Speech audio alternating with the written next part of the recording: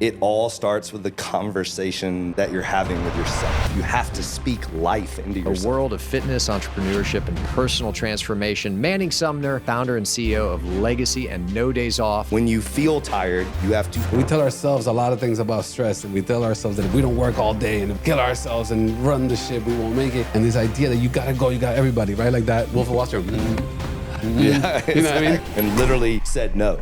Like, said no to doctors, you know? And it's amazing to me how negative people talk to themselves. Like, with everything. And I think we all do it. Most of the things that I did with super overweight people is... Manning, thank you for being on You Versus You. This platform for me is about giving the opportunity for people to truly look inside, right? To truly understand the power of the mind. And one of the things I've always been amazed about the ability to push your body to the limit is the facing of that fear, right? The breaking of the laziness or these ideas that we had. And I faced that. Let me tell you, I went to your gym. I'm not gonna lie. I was like, you know, but I found myself in a really interesting situation because my right-hand assistant, Danny, whose birthday is today. So shout out to Danny. Happy birthday. But exactly, happy birthday. But Danny's super fit, right? And I'm like subpar fit. Yeah. But I was kicking his ass in the I was like, and that leads me to my first question, right? When somebody sees someone in the fitness industry, someone who's been able to push their body at the place you have done not only for yourself, but for so many in the community of Legacy and also your high-level A-star clients, if they're sitting there saying, hey, I'm unhealthy, I'm overweight, right, but I can't seem to trigger my brain to take action, to want the change, and then for it to direct my body to push through the pain. What do you think is that trigger? What do you teach, your students, and what do you teach the A-star celebrity to get that trigger in your mind to push forward and then stay consistent? Because that's another thing, right? Yeah. I mean, it's a great question. And I think that it all starts with the conversation that you're having with yourself. And so I find that 90% of my former clients, future clients, members of the gym, is that their first conversation they have is a negative thought. And it's like, I'm tired. I don't feel like it. Women, I'm on my period. Like, it's like always something that involves an excuse or a feeling, an emotion that's tied to the conversation that they're having. So the first thing I tell people is you have to change the conversation that you're having with yourself. You have to speak life into yourself. When you feel tired, you have to say out loud to yourself, I'm not tired, I got this. I think that people forget the power of words, like the power of the things we tell ourselves are the things we become.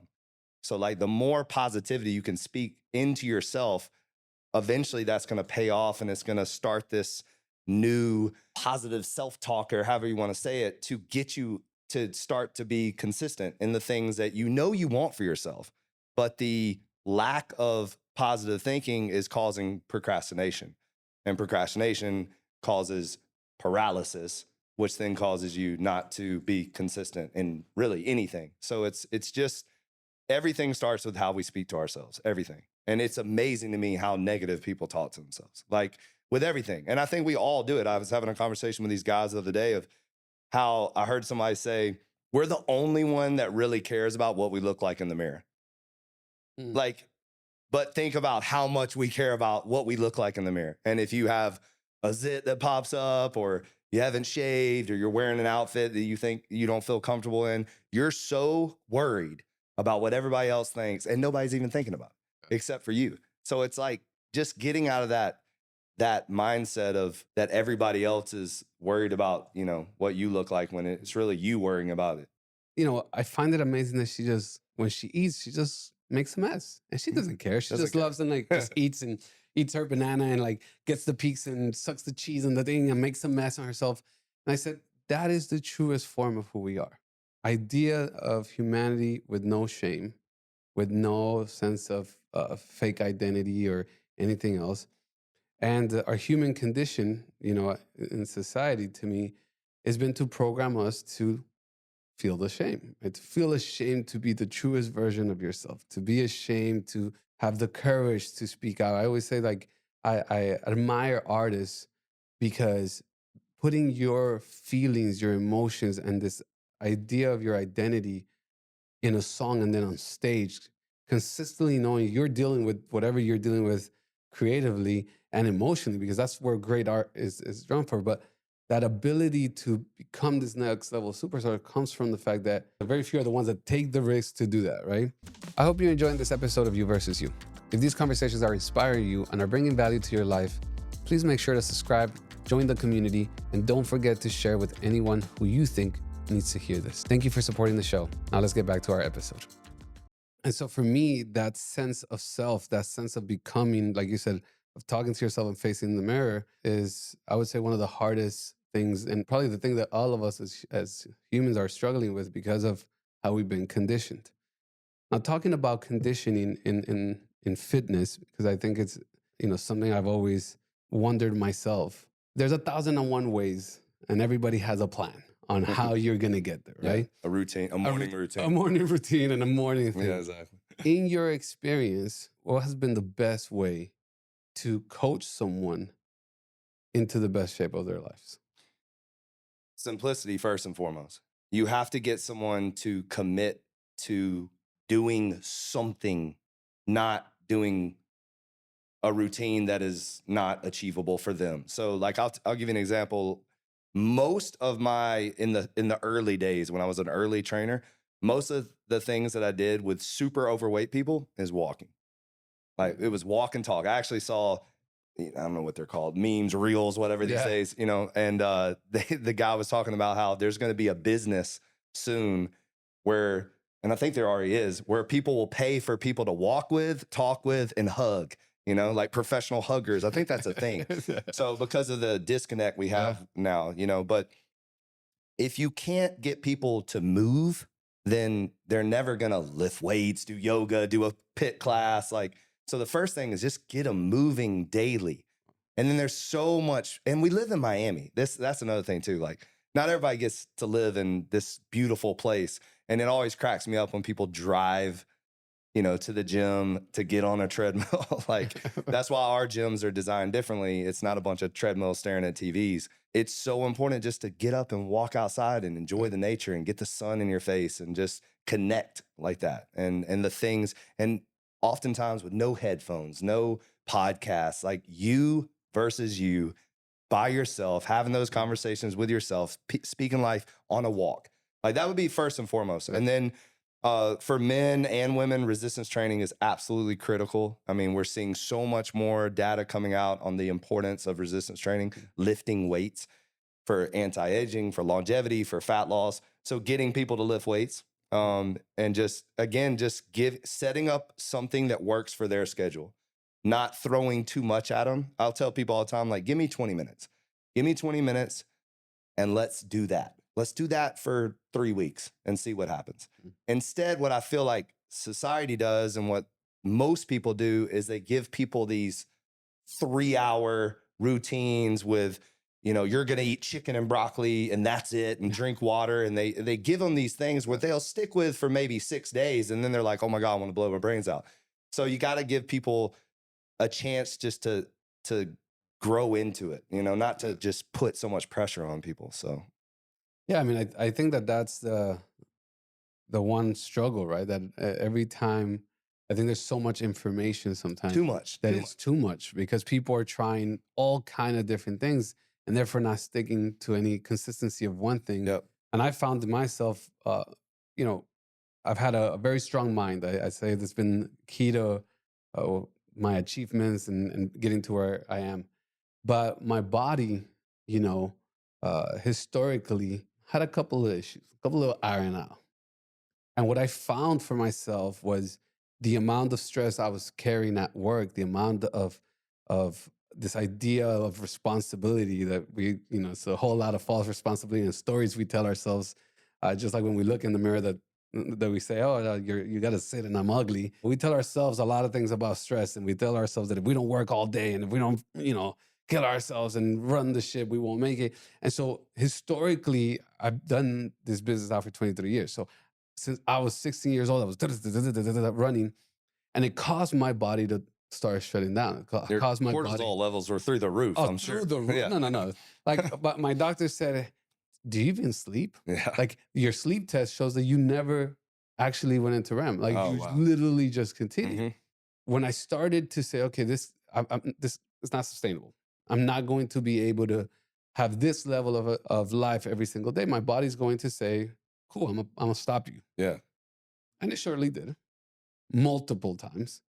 And then as I was dealing with a lot of stomach issues, my doctor said, you have the same sensors in your stomach as you have in your brain.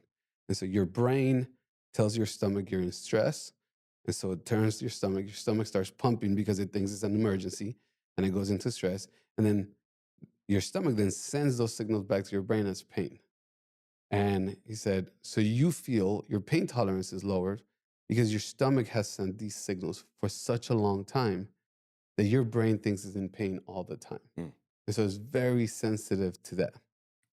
And so historically, I've been great. I've been good at sports. I like boxing. I have good eye-hand coordination.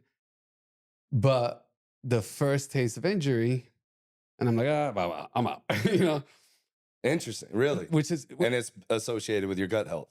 it's associated with the gut health. But what's more interesting to me is any other situation in my life, my mind pushes through, right? Failures, going broke, like dealing with loss, like it's just pushed through. It ran through the idea of it. But with my body, there was a disconnect. And it wasn't honestly until I started to box that I said, I found this sync between my body and my mind and the change of saying, okay, stress is a story I'm telling myself. This idea, this fear that if I don't do this, it's going to come. So I'm actually, okay, nothing's going to change. I'm going to settle myself. That I finally started to find a rhythm between my body and my mind that started to like automatically lose weight, automatically like center itself and bringing the levels out. But I've always been, back to my first question, impressed at the ability that someone like yourself or an athlete has to push their body all the way. And that leads me to this mantra that, it's beautifully in your cans of no days off. Where did that come from? Why? How do you use it on your daily life? And what is the teachable idea behind the mantra? We call it a motto. Okay. And the reason why is because a mantra is just something kind of you yell out, but a motto is something you can like really apply. It's much like, and it's more business related, At an early age, I kind of defeated the body with the mind. So I broke my back my junior year in high school. Hairline fracture in my L5S1 vertebrae. Doctors told me I'd never walk again. I'd never play sports again. And I was like, no. I was like, I do not claim that whatsoever. And literally said no. Like said no to doctors, Obviously I had a prayer warrior mom and I prayed a lot, but ultimately I just started to become like the most fit human being ever, like from stretching to lifting and everything they told me not to do it. And then, of course, I rehabbed myself back and healed myself and ended up, playing football in college and then breaking it again. But that's a whole nother story. But I think that was like the first sign of like me being so mentally strong of I'm not gonna let pain defeat me. And then when I got into the business of training professional athletes and celebrities and all this stuff, I was actually training Rico Love. And shout out to Rico. And we just really just hit it off from day one. And he was the type of guy, he'd be in the studio till 8 a.m. and we had a 9 o'clock session and he would be there at 9 o'clock, never missed, was always consistent. And one day we were just talking and it was 2008, 2009. And we were just like, man, we don't ever take a day off. We don't ever take a day off. And we didn't mean like we don't take a day off on work or working out, we meant like we just don't ever take a day off on us, on life. And so it was my Nike just do it moment. I was like, because I knew from an early on that I wanted like Legacy to be my Nike, No Days Off to be, well, at the time I didn't have No Days Off. You know, I needed a tagline, a motto, a mantra, whatever you want to call it. And then the Pitbull was my swoosh. And right then it was like instantly, I was like, oh, it's No Days Off. It's No Days Off. So started making t-shirts like immediately, you know, and all that, calling the trademark lawyer, you know, all that. And it would just kept saying it over and over again. And then, but then I got pushback, right? So everybody's like, you know, you need a rest day, you know, what's wrong with you? You know, this is the wrong message. And I got like literally hate, you know, it was right. 2010 was when Instagram started. I got nasty DMs. Like, I'm not joking, like nasty DMs from other trainers. Like, you know, you're preaching the wrong message. And so then I had to frame it, and it's on the can now, is No Days Off is never taking a day off on you. It's a commitment to becoming your best self. It's never taking a day off on you. And that means no matter what, like you taking your kid to school, you're going to the beach, basically life is a gift. And so when you're granted life and you get to breathe and you get to do this and do life with people, then you can't take a day off from that. Like you can't like look at it like, oh, today I'm not going to do anything, you know, because it just doesn't make sense. Like you have to live life. And that might be in bed all day. Okay. But that's still a decision of you saying, today I decide to do X. And so that's never taking a day off on yourself. And then what happens is in my life is that when you don't take a day off on you, all of a sudden, everyone around you gets better by a byproduct of you living your best life, of you being committed to being a better version of yourself every single day. All of a sudden, the people closest to you, people that are attached to you, your employees, your staff, your partners, your family, they're like, oh, well, I want to do that too. And then it just like morphs into this movement, which, you know, now is kind of going viral. So, which, you know, we still haven't touched the surface, but it's getting somewhere. I love that concept, and it's something I definitely share. And I love now hearing the explanation completely behind it. I understand why people are embodying it so much and why your brand is growing the way it is, because we worry about everything else. We're kind to everyone else, but we're so hard on ourselves, right? To your point at the beginning, we don't speak kindly to ourselves. We say, well, I have to work and I got to get this going and I have to do this and I have to do this, I have to do this. And it's like, you actually don't have to. You're choosing to. And a lot of times the value proposition, we don't stop to think about it. And that's one of the things in my life that I got to say was probably the biggest wall I hit, which is we are taught in this business that it's a lifestyle.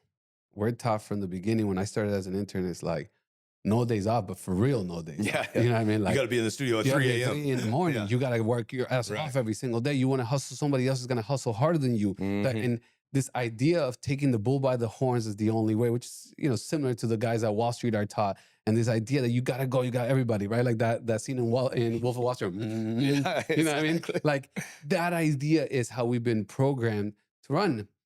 And I quickly started to find out, but it really quickly in the sense that I found out but never did anything towards it until 23 years later. I always say it took me 40 years to figure out that I had it, but it's part of it, right? It's part of that journey of thinking. I would say if I wouldn't have reached success, maybe I always would have wondered if I didn't do enough, right? Reaching success now, I'm able to like throw the warning sign and say, hey guys, all these things that we were taught about how to achieve this quote unquote success is not necessarily taking no days off on yourself. The value proposition of it and the fear that if I don't do this, then I won't have the success that I want, or I won't have this, comes from this idea that you earn everything. And I challenge that idea because you said something that I thought was really key. It's all a gift, right? You don't control your next breath. You don't own it. At all. At all. Yeah. Right? And so if you take the concept you don't own your own breath, and you take the concept that there's probably people a lot more talented than you who are more successful than you and I. Right. There's people sometimes less quote unquote talented that are more successful. Right, that too. Right, that too. It goes both ways. Especially with Instagram. Yeah, it goes both ways. Yeah, exactly. The idea is it's all a gift. And really what you do with your discipline and hard work is you're a shepherd of that gift. You're a good handler of that gift and understanding the blessing that it is. But it's a gift. Breathing is a gift. And so the moment I started to apply that into my everyday life and into how I approach work, one, you at first, the quick reaction was like you lose a little bit of steam because it's the normal progression of like thinking I have to do everything in order to be successful to understanding that I'm whole and I'm successful even if everything goes away. Mhm. But once you settle into that emotion of like, I am actually okay. These circumstances around me, it's all how I perceive them will either shape based on my perception. But the reality is that it's a gift.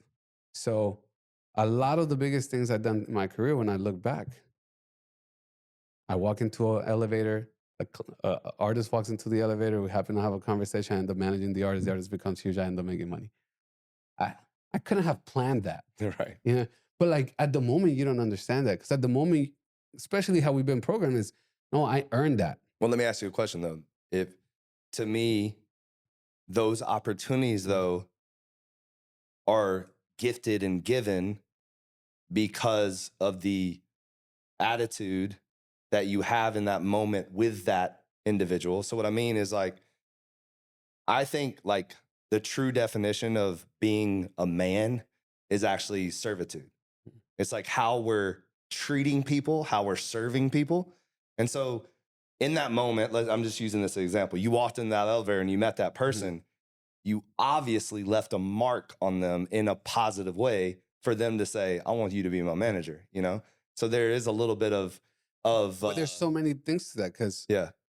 if I would have had a bad day that day, I probably would have not come in the same way, right? The love and fear concept. Yeah, maybe. But I'm saying, so that's a great point. And I'm Yeah. actually glad you said it because that's, people use that as an excuse all the time, right? Mhm. Oh, I treated that person that way because I was having a bad day. And the truth is, it's still a decision. 100%. Like there are so many times where I wake up late, my kid was sick, had a fight with my wife, and then I go to work. Does that mean I get to treat everybody like crap? You know what I mean? So I think now to your point, it does still happen. I mean, because we're all human. Yeah. But yeah, I just think that there's still some, you know, correlation between how you treat people and the success that comes back to you. So For sure. And I think that all stems from going back to what we were talking about, understanding you're perfectly fine. I think 95% or 99% of our reactions to say a number come from an idea of a place of fear, a place that I'm not okay. Like I was reading this book that we talk about a lot in the pod called The Uncharted Journey. And I saw that you like to read, so I'm going to give to the book. But Don speaks in the book about this idea of right or wrong as love and fear. So you think something feels right to you when you're coming in a loving present, right? When you're looking at something, you had a great day, you're like, oh, my wife said this. She's just stressed. When you look at the humanity, which is that we're all going through something. We're all everyone hurt people trying to figure it out. Mm-hmm. In a world meant to super magnify that you're not okay, that you need another car to be great, Right. that you need the perfect body and the Instagram pictures and this and the 100 likes to feel worth it. So you're walking in with this idea all the time of this fear that I'm not enough. But the reality is we're just all hurt people. So you can see something happen to you and say, okay, well, it's right to me because I'm in a loving spirit. But when it's in a fearful spirit, oh, I can't believe she said that to me. She probably was thinking, I'm not enough. And doesn't she see that I do all these things, that I worked all the day off? And she didn't think none of that. It's just your perception of it. But it's the idea of it, like, and it's honestly something that I thought I had never seen it in that way. And I've really been like using it and having a conversation about it to dissect it even more. But it is this idea, to your point, that yes, when that person walked in, if you are sitting in a loving presence, you're going to affect change. You're going to have an open heart. Yeah. To put you're going to impact them in some certain way. I always say Yeah. leave people better than you found them. 100%. You know, like I want to have like when every interaction, I want somebody to walk away and just kind of be like, you know, what's up with that guy? Like, what's he drinking? You know, so that leads me back to your injuries, right? I think there's this idea that we all have when we start dreaming about what we want to be, right? And it's a huge part of what drives us. Like we have this idea of wanting to be a professional football player. Oh yeah. But very few people can overcome facing that change. When you're like, okay, well, this second injury, that's the killer. Yeah. How was it facing that fear, right? And that reality that maybe the dream of becoming a football player was no longer going to be. Yeah, I mean, real. your identity is attached to it, right? Like I threw a football before I could walk. Like I threw a football out of the crib before I could walk. You know, it was like my dad played football. My mom went to, you know, Auburn too, like, you know, big football fan. Like it was a football, you know, grew up in Alabama. Like it's about as football as you get. And everything was surrounded by, you know, defensive player of the year and news articles and the letters that you got in the mail from the colleges. And then you finally make it. And then 3 years into it, you have a career-ending injury. And you literally are absolutely devastated, lost. You have no idea what's next, like none. And so I went from 240 pounds to like 185, the smallest I've been since like 8th grade, and was very depressed. But it lasted 3 months. That was about it. It lasted 3 months. And about 3 months into me kind of feeling sorry for myself and what am I going to do, and that to a drive like that even bigger drive than I had before I played football, like a bigger want and desire to be something great. And it was like, yes, okay, football's taken away from me, but I know for a fact that God put me on this earth to make a difference in the world. So how do you do that? It goes back to what I said earlier. All right, so I got hurt and my career's over. How can I use this to benefit other people? I'm going to learn so much about kinesiology, exercise science, health promotions, anatomy, and then I'm going to go train these guys and teach them how not to hurt themselves. And so I use that as like my fuel and use the knowledge to that to go help people. Because oftentimes when your dream dies and it's taken away from you, if you look at it from, okay, how can I use my pain for purpose and apply that to other people, then all of a sudden now I'm getting a reward that I never even thought existed. And that's really kind of what happened. Do you think that's this mental strength, right? To like overcome this adversity. Was that something taught to you, or was that something that you felt like you just always, since you were a little kid, you saw things I think a little different? it was a combination of tough love from my parents. So my dad was the type of guy that, you know, woke us up at 5 a.m. and said, "Hey, you're going for a run." You know, had us working in the car washes, cleaning out we're a hardworking family. And my dad taught us how to be hardworking, how to eat right, how to lift. I mean, I was lifting weights when I was like a kid, like little bitty kid. I used to call the dumbbells dumb bars. I was like, "Look, Dad, dumb bars," you know? So we were always hard workers and taught that. How to push past pain, how to go further than you thought you could go. That was always something that I remember. I think it was 7th grade, being at Mentone Boys Camp and playing dodgeball. And it was like, 40 guys on one side and 40 guys. And I remember being the only guy, with the balls and figuring out a way to get everybody out and winning. And so I've always been that kind of guy to figure shit out. Like, I'm going to figure it out. And so, yeah, I don't even remember what the question was. It's definitely something that I think I was taught, but then also I experienced. And it was something that I've always had a crazy drive in me, like that I'm going to outwork. Like, I remember doing the VO2 max test in college. It's where they put you on a tread. Have you ever done it? No. They put you on a treadmill and they put this mask on you, and then you fill up these balloons.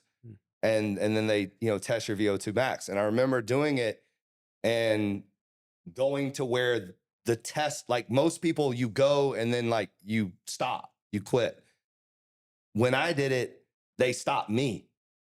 And so then I remember going into class and the professor showing me everybody and that did the test, and my score was like way up here. And he goes, "You screwed up the entire like test that I was trying to do."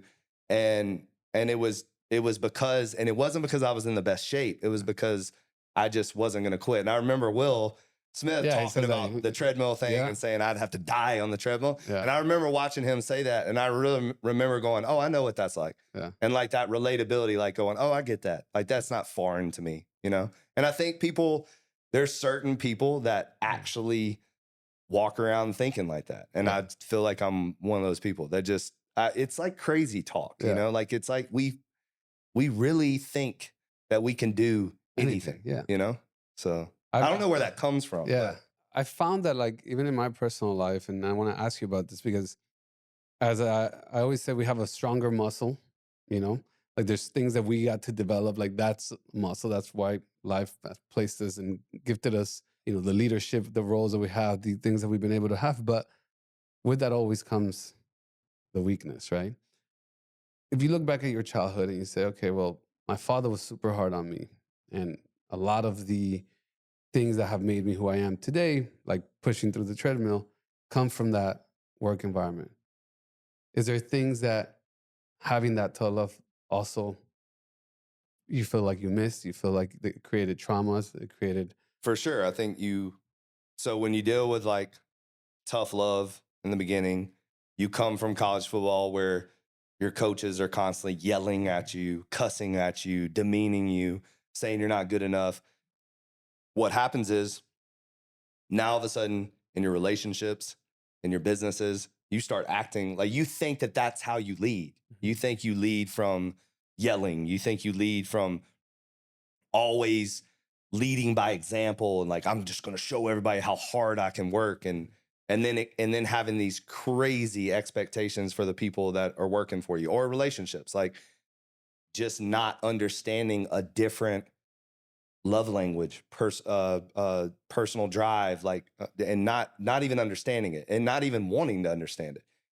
So that was definitely a learning lesson, you know, as you get older, you're like, wait a minute, this doesn't work, you know, like yelling at people doesn't work, you know, like, and not trying to get on the other side and understanding someone else's perspective, that doesn't work. So until I really got into reading and relationships, meaning, you know, even with women and business and just, you know, growing as an individual, having more relationships, you know, that when you have a business, all of a sudden you're dealing with this investor, you're dealing with this. So you're having to like really learn how to manage people and how to know how to not react, but respond, and how to, everybody can't, and also personal training. Also, personal training was something that took me from being this hard-nosed coach that I'm going to drive people on the ground and I'm going to make them the best they've ever been to, okay, that's one way to do it. Mm-hmm.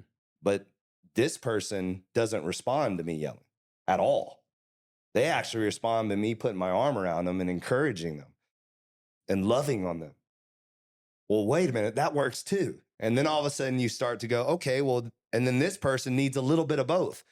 So that made me a better coach and a better trainer and a better leader and a better boss and a better, you know, better husband. And like my wife, she was like the best at it, because I call her my calm to my storm, because she never reacted to the craziness. And then I was like, well, wait a minute, this is new, you know, because all my other exes were like nuts. They were like, you know, fire on fire, you know, it was like, let's go, let's fight. So my wife was like, you know, I don't do that, you know. And then I was like, well, this is kind of cool. Yeah. And it was so lovely, you know, to experience. And then you apply it, you know, you start to like, wait a minute, I'm not going to react anymore. I'm going to actually like take in this energy that I'm receiving and let it digest a little bit. And again, I say this because some people watching will probably be, oh, he hasn't changed. I'm not perfect still. Yeah. And I'm still, like, even my lawyer today made a comment that Manning's temper, and he literally said it like that. And I was like, wait a minute, I'm not 5 years old. Like, it's I wouldn't describe it as that. It's an intensity that I think people are not used to. I don't think it's an excuse. I can't stand when people are like, oh, I'm just passionate, so that's why I act like a nut. But it's not that. It's like, I'm gonna be intense with whatever I'm doing that I feel like I need to, if it's to, if we got to go further, if that makes sense, so. Do you think that intensity, or this idea, the story that I need to be intense, it comes from just the feeling as a kid that if you didn't do enough, then it was the way to earn the love, right? It was like you had to go really hard in order to like feel like I'm making my dad proud. And I say that because people see all the things that I've accomplished, and one of the things that I struggled with my whole life was the story of feeling like I wasn't enough. Mm. And it came from that. And as I've met a lot of really successful people with very tough parents, there's this really interesting correlation to that, which is like they have this amazing drive. They have this push to, will include like this push to go the furthest. But the dad relationship always created I'm not really enough. So it's like a supplement. The drive came from, I got to make him proud in order to earn. And then at least in my life, when I've tried to apply that into the relationships or apply that into a working environment, the expectation is that, and then people end up feeling like, oh, I have to be this person, that it's not really who I am in order for Lex to love me. Right. And I want Lex to love me because he's so great in my eyes. And then it creates that, right? And it took me a whole lot of internal work to first find out what it was. Because at first I was like, why is this like, no matter how much I do, I always feel this like void, And then as I started to face it, I went back like historically in my life, in the moments that this weakness or trauma would be brought up to the light. And I was like, oh, wow. Like it was there, it was here, it was there. And then I was like, oh my God, it started from that moment. Started from that second that I just felt that if I didn't do this, I wasn't enough. And it caused me, I think, historically in my career and in my personal life, a lot of the heartache. Because there's nothing worse, I think, as a human to feel that you're missing something, that you're not it's enough. terrible. Yeah. It's interesting because I've had a lot of guests come here and say, I don't face the world with fear. And when you look at how we look at enough, it comes from fear. Because it comes from the idea that you have to do something else in order to leave something for my kids. So now I'm doing it for my kids. Doing it for my kids is saying that you have to do something in order for your kids to have something that you have, which is just a story. Because the reality is you don't control your own breath. So you actually don't control that either. And they might not want what you have. They might not want, like so many kids of really successful people say, hey, I actually don't want the mansion and the house and all these things. I want to go be a hippie. Right. Right? No, true. Or go I mean, that's up go to be them. an idea. But the fear or the stress or even the idea in my life, I can't, I'm just giving you my perspective. No, of course. But in my life, this idea that I want to be intense to push through because I got to push my staff to go, is the idea that is the only way that this is going to happen. And if that doesn't happen, I didn't accomplish my goal. And therefore, fear kicked in because it's the idea of it. And that's why I said that the biggest challenge for us as successful people is this idea of, and I'll give you the perfect explanation. We've been taught to be a wave because that's how you move life forward. My spiritual leader uses this. And so I use it a lot. You've been taught your whole life to be a wave. A wave has power, has direction. It perseveres, right? A tidal wave can swallow whatever is in its way. Problem with a wave is two things. It looks to the left and it wonders, will I be a tidal wave? Or will it be a small wave? Will people surf at me? Or am I going to be like the one that they laugh at because, they're waiting for the next one? But most importantly, it knows it's going to break. It knows that. So the whole time that it's building this momentum, it builds it with that. And we all have it, especially as successful people, because everything is dependent. Like our success is part of this drive and that gives us the confidence, the trophy that says, you're right, right? You are right. This is the way to teach people because, I mean, people should be like you. They should be accomplishing and ruling the world and giving back to other people. And well, not everybody. I mean, I don't view life as everybody should be like me. I actually think I'm unique. I mean, you're unique. No, like, and we're not normal. Okay. And we have that muscle to ours, right? Yeah. But the thing he said that I thought was amazing was like, but Lex, you're the ocean. You can make another wave. And the trueness of life is to sit in the fact that you're the ocean without the idea that you need waves. Because what our kids have is that. They're not thinking, I need to go do something. They're not thinking, I have to rule the world, or I have to build something, or I have to create, or I need people to do this, or I have to go help my brother or my sibling. They're just, especially in those early years before we've started to teach them these ideas and these boxes, they are at the purest whole. They're complete.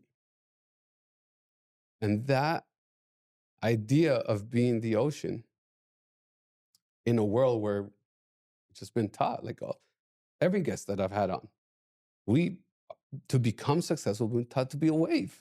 Taught the intensity, the wake up at 5 a.m, the going off, right? But very few times we've been taught, no days off on yourself. You're actually okay. Nothing has to change in your life for you to feel like you're worth it, or feel like you're good, or feel like you're in the process. But it's a hard concept to swallow because it takes facing those parts of you that don't fit the image of what you've created. It doesn't fit the rest of your life. It doesn't fit how people are clapping you or the money that you've gained, right? It just doesn't correlate. We look at, or at least I did, I was like, I'm special. Look at this. This tells me I'm special. Right. But yet I can go sit in my office and tell you I don't feel enough. And that's the you versus you. Yeah. I mean, again, I don't think I ever have, like, for me, I don't think I sit around and say I'm not enough. No. You know?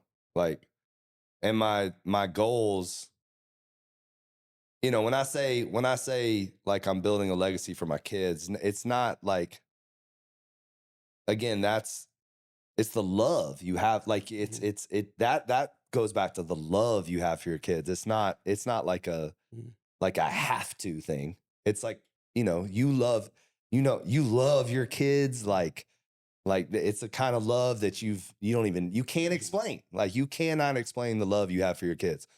So it's not that I have to do this. It's that you want to do it, regardless of that. If they can, again, to your point, they can turn 18 and be like, I'm going to, you know, the beach and surf and for the rest of my life, which is fine. But it doesn't mean that doesn't drive you to a certain extent, you know? So talking about legacy, what do you want your legacy to be? And is legacy important to you?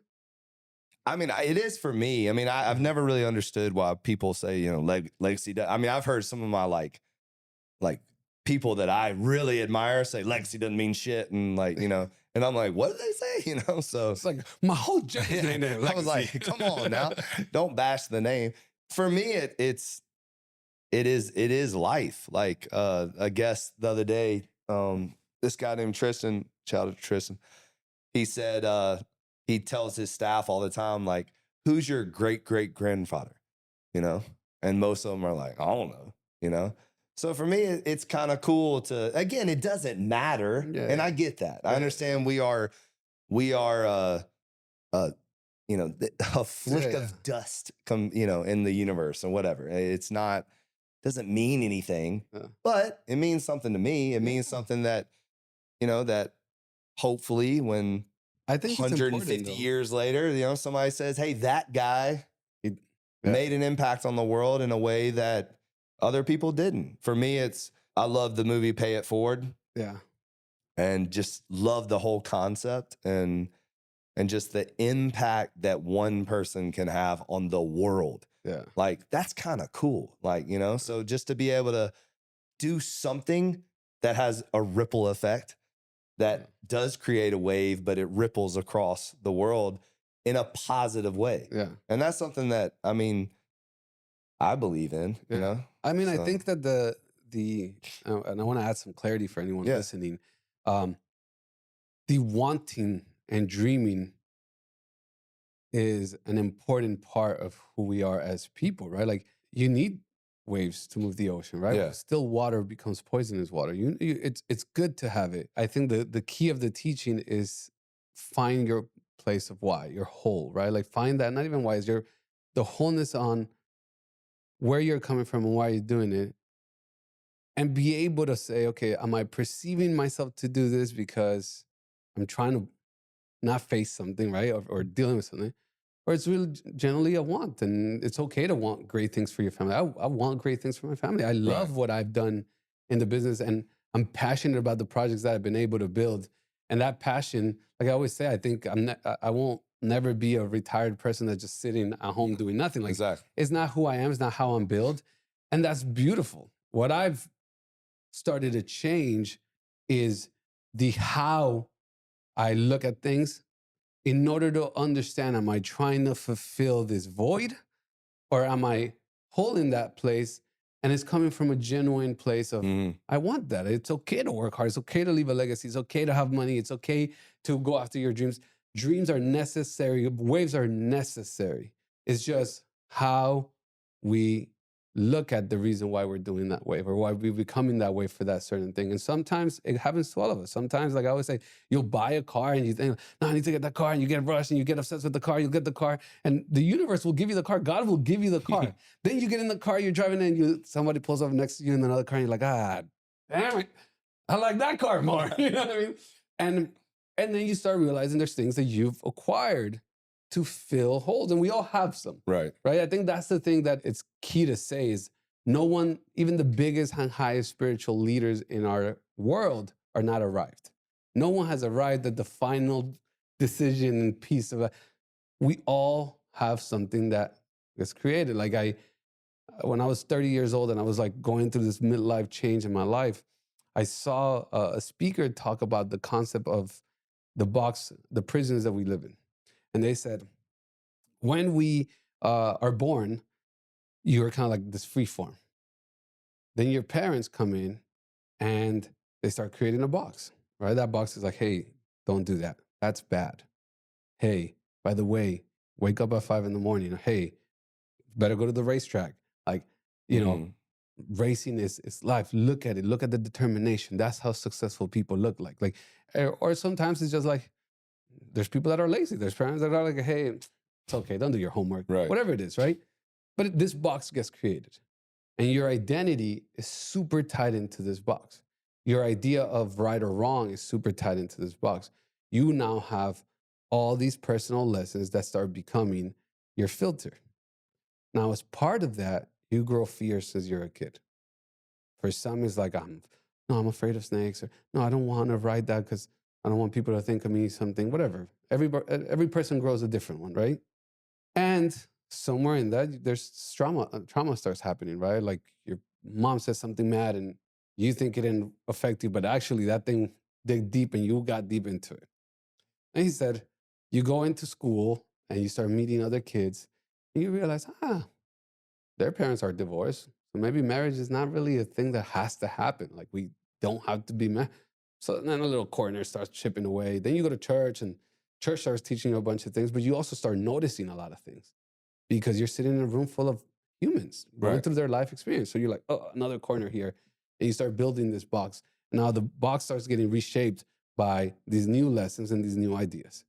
And he said, somewhere around your 30s, you walk by a mirror and you say, who am I? He said, most people just walk away. The question is, can you sit in there and look at the reality of everything you learned in your life and challenge it? Not for better or for worse, for the sake of what if everything I think of it as right is wrong? And how do I visit that again from the understanding that it's all my perspective? If you look at the box of your life, right? And you say, here are 3 attributes of it that I think are defined to why I've been able to accomplish the things I've been able to accomplish. And here are 3 things that life and God have been bringing up that I just haven't faced. What would that be? I mean, when I hear you describe like stuff like that, I feel like I was a box destroyer at an early age because I was always the kid that questioned everything and wanted to be different from like early on, like really early. Yeah. From the way I dress, from the things I liked was always like very different than how I grew up, Like I grew up in Birmingham, Alabama, and if you would have saw like some of the things I wore and the things I like, you would have thought I was like from LA. Were you like hip hop? Yeah, like I was just, like I was the kid that like wore my pants backwards to, class and, wore suspenders and wore different shoes, like, just always pushing the envelope and just being different. I just always wanted to be different. I never wanted to like be with the crowd. So I feel like I challenged the boxes early on, even with my parents, like I'll never forget my parents took me to a psychiatrist. I mean, they still crack up at this story, and the psychiatrist brought them in and said, yeah, he's not the problem, you are. So they hate it when I tell that story, but shout out to the parents. Yeah, exactly. No, they're the best. But I would say the thing probably that I struggle with the most is being that I'm a, Jesus follower and I believe in God and believe in faith so much that you do toy with like all this worldly stuff that we do. It's like, is it really worth it? Because it's like, if you truly believe that your treasures are in heaven and that you're going to heaven and that's what it, like none of this matters, like, because that's technically what the Bible says, basically. Then it's like, sometimes I do struggle with like, how do you separate that, But then I talk, I'm really close with my pastor and you talk, and I mean, you're doing the Lord's work on earth if you are treating people, the right way and impacting the world in a positive way. So, that you kind of, but I would say that's definitely something that I think about is like, is it really worth it? Like, but then again, it's like, what are you going to do? When are you going to just stop and be a monk? Like, that they feel like that's already passed. Like I have kids now, family, like can't really go backwards to that. I can't just say no to my family and be like, hey, I decided to be a monk. I think both of us would be good ones. So I think with Baldy, it's just like we got the look. We got the zen. Like I think we can pull it off. A picture of like full monk status. Yeah. My dad would be very proud. For sure. You also have other hidden desires, right? Like I own gyms, I own a beverage company, I own an apparel company, but I absolutely love music. Like love it with a passion, like crazy. Like you can ask my wife, like that's all I want to do is listen to music. And my daughter already, I can tell, loves music, so it's really cool. But like I always think about like, what could I do in music, And then I have all these friends also that are big time in music. So that's something.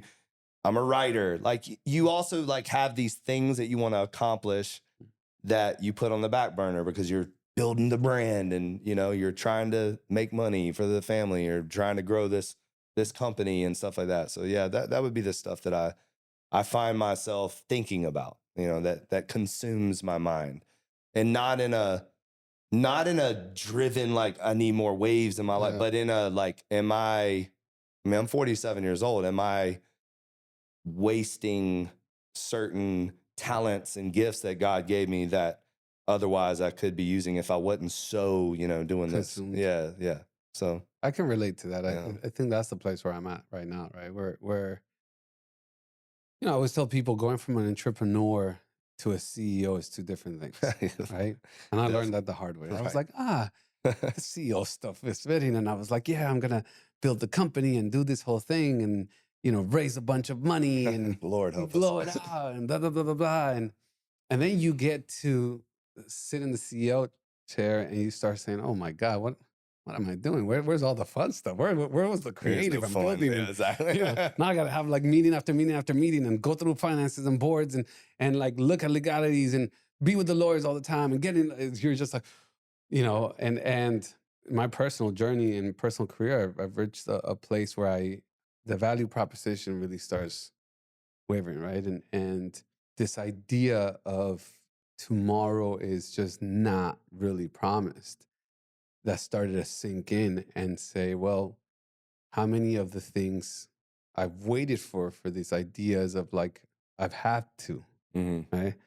But as we're coming to the end of the podcast, I got two more things for you. All right. First one is, if you could trade it all for one thing, what would it be? And when you say trade it all, like Everything except family. I was right? about to say, okay, All the work related stuff. all the work related stuff, trade it all for something else, Yeah, or could be just for I mean, I guess it goes back to like what I said earlier. If I could trade it all and be like in a different, it would be like something in music, you know? It would be like always, I'm the type of guy that like, I cry watching like American Idol and like, you know, America's Got Talent, you know what I mean? So it's like, yeah, maybe something like that. Yeah.